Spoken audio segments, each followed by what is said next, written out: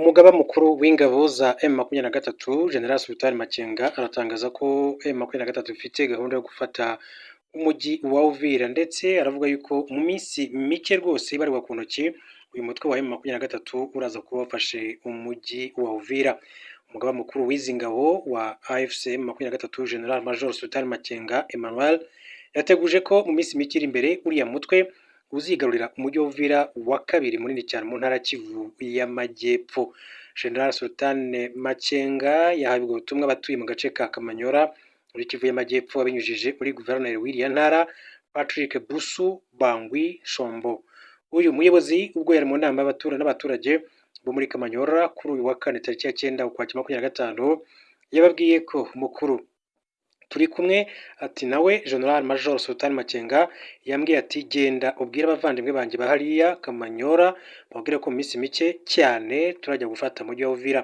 Umujyi wa Uvira umaze igihe urinzwe n'ihuro ry'ingabo nyinshi cyane zo ku ruhande rwa leta zirimo FARDC, FDLR, Wazalendo ndetse n'ingabo z'igihugu cy'u Burundi.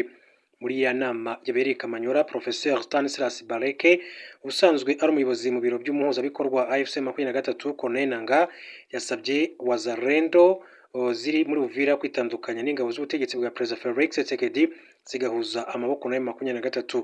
Bareke yabwiye bariya barwanyi ko Felix Tshisekedi ari umuhemu azisaba ko nizumva isasu rya mbere rirashwe kuri Uvira zizahita azigendera. Yagize ati inshuti zanjye Makaniki Kamomo Yakutumba Ngoma Nzito mwese muranyumva muzagende bwangu ati nimwumva isasu rya mbere rivuze muzahite mwigendera. Sinshaka ko nk'abavandimwe banjye mwazapfa mureke kurwanira Felix Tshisekedi. Bareke yakomeje abwira abarwanyi na Wazalendo ba President Felix Tshisekedi ari umubeshyi bityo ko nta kintu na kimwe azigera abamarira. Ati Tsilombo ni umubeshyi nta kintu na kimwe azabakorera. Mwabonye ko Kabila yamushyize ku butegetsi n'ibiki yamukoreye, ntiyamukatiye urwo gupfa. Umuntu yamugize perezida amukatira urwo gupfa. Vital Kamerhe yamugize perezida yamukoreye iki?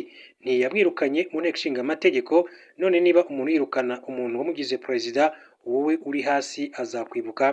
Yunzemo ko iyi ariyo mpamvu rero asaba ko bariya barwanyi bakwitandukanya na Felix Tshisekedi kugira ngo amateka ye ajye atondagurwa mu gihe cyahise.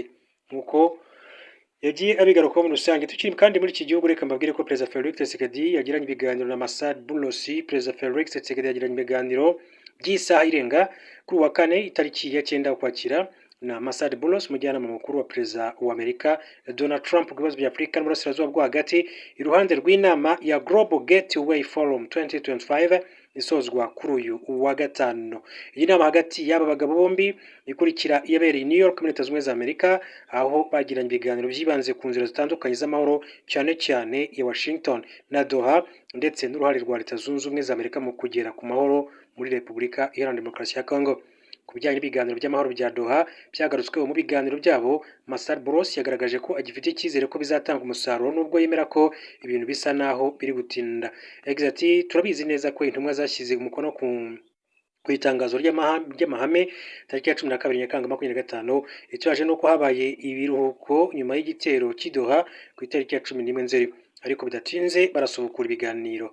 Ku mujyanama mukuru wa Perezida wa Amerika Donald Trump ku bibazo bya Afurika, Amerika iha agaciro ubusugire bwa RDC, umusanzu wa Amerika ugizwe ahanini n'inkunga ya tekinike ushingiye ku bunararibonye bwagaragaye bw'Abanyamerika basanzwe bariduha kugira ngo bakurikirane neza imishyikirano yose mwiteganijwe gutangira mu ntangiriro z'icyumweru gitaha. Massad Boulos yagize ati yagize icyo avuga ku byavuzwe na Perezida Felix Tshisekedi wasabye mugenzi w'u Rwanda Paul Kagame ko bafatanya gushaka amahoro.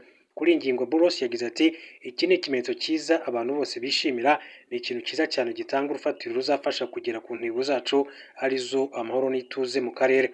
Mujyanama Perezida Donald Trump na Tshisekedi kandi baganiriye ku ngingo zijyanye n'ubufatanye bwifuzwa w'inyungu zihuriweho binyuze mu buvugizi buyobowe na Leta Zunze Ubumwe za Amerika ku masosiyete y'ishoramari yo muri Amerika. Massad Boulos atangaza ko yiteguye gushora imari mu nzego nyinshi cyane nk'ubucukuzi bw'amabuye y'agaciro, ibikorwa remezo, ingufu, ikoranabuhanga ndetse n'izindi. Boulos yabonanye na Perezida Paul Tshisekedi nyuma yo kubona na Perezida w'u Rwanda Paul Kagame nawe bahuriye i Bruxelles mu Bubiligi, aho bagiranye ibiganiro byibanze ku mbaraga zikomeje gushyirwa mu guteza imbere amahoro mu karere k'ibiyaga bigari ndetse no ku muhate u Rwanda rukomeje kugaragaza ku mahoro n'umutekano urambye. Komeza turebera hamwe n'andi makuru, reka mbabwire ko muri Ukraine ibitero bya misile n'indege by'Uburusiya ijoro ryose ryakeye byaciye amashanyarazi mu bice byinshi cyane by'umurwa mukuru wa Ukraine Kiev. Umuyobozi w'uyu mujyi witwa Vitali Klitschko yatangaje ko abantu 9 bakomeretse mu gihe abaturage bo mu turere two mu burasirazuba bisanze mu mwijima kandi bahura n'ikibazo cyo kubura amazi. Hagati ariko umwana w'imyaka 7 yiciwe mu gitero cy'indege itagira umudereva y'Uburusiya mu karere ka Zaporizhia mu majyepfo y'uburasirazuba bw'iki gihugu nk'uko umuyobozi w'akarere abitangaza. Moscow yakajije umurego mu bitero byibasira ingufu mu byumweru bishize, mu gihe perezida wa Ukraine Volodymyr Zelensky yashinje Uburusiya kugerageza guteza akaduruvayo no gukoresha igitutu cyo kubica mu mutwe. Minisitiri w'ingufu muri Ukraine witwa Svitlana yatangaje ko Uburusiya bwagabye igitero kinini ku bigo hirya no hino mu gihugu mu ijoro ryo kuwa kane. Yongeraho ko abakozi bo gusana barimo gukorana umwete kugira ngo bagarure umuriro. Ibi bitero byibasiye ibikorwa remezo by'ingufu n'inzu z'amagorofa zo guturamo i Kiev nk'uko inkuru dukesha BBC bivuga. Klitschko yavuze ko 5 ku bantu 9 bakomeretse mu bitero byabereye ku murwa mukuru bajyanwe mu bitaro. Inzego z'ubutabazi za leta ya Ukraine zashyize ahagaragara amashusho y'abashinzwe kurwanya inkongi bazimya inyubako y'amagorofa 10 yari iri kugurumana. Umuyobozi w'akarere ka Zaporizhia witwa Ivan Fedorov yavuze ko umujyi wagabweho ibitero bikaze nijoro. Umwana w'imyaka 7 akaba yapfuye, abandi bantu 3 barakomereka. Biravuga ko Ukraine yose iryamye amajanja itegwa ibitero bya misile za Kansas zigenda ku muvuduko ukubye uwijwi inshuro zirenga 5 bigoye guhagarika.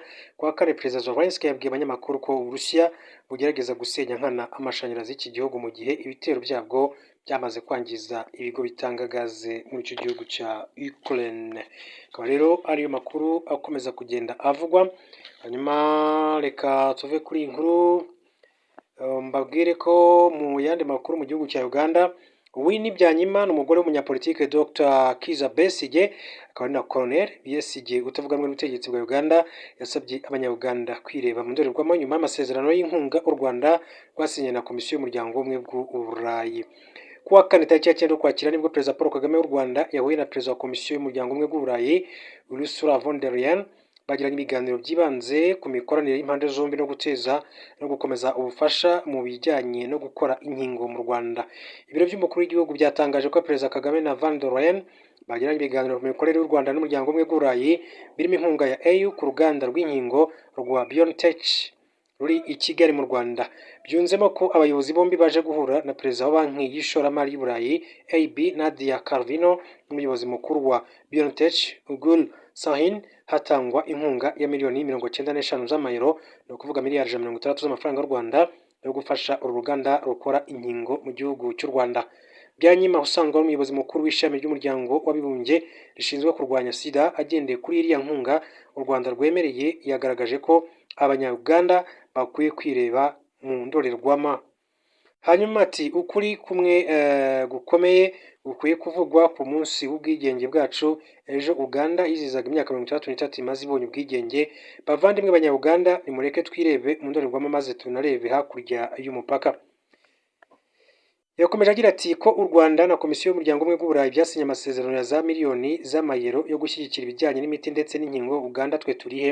Byanyuma mu bundi butumwa yagaragaje ko bimwe mu bikomeje gufasha u Rwanda gutera imbere harimo kuba rwarashyizeho ingamba z'ubukungu na discipline mu bikorwa nkora rukora bikurura abashoramari. Yavuze ko bitandukanye n'igihugu cye, u Rwanda rwubatse ibikorwa remezo by'inama, rwagura imiyoboro y'ikirere, rushimangira gahunda z'ubuyobozi, rushyira imbere uburezi n'ubumenyi, ibyatumye rukomeje kuba rugenda ruhinduka icyanya cya serivisi z'ubucuruzi mu karere ndetse no ku isi ndetse no mu bijyanye n'imiti.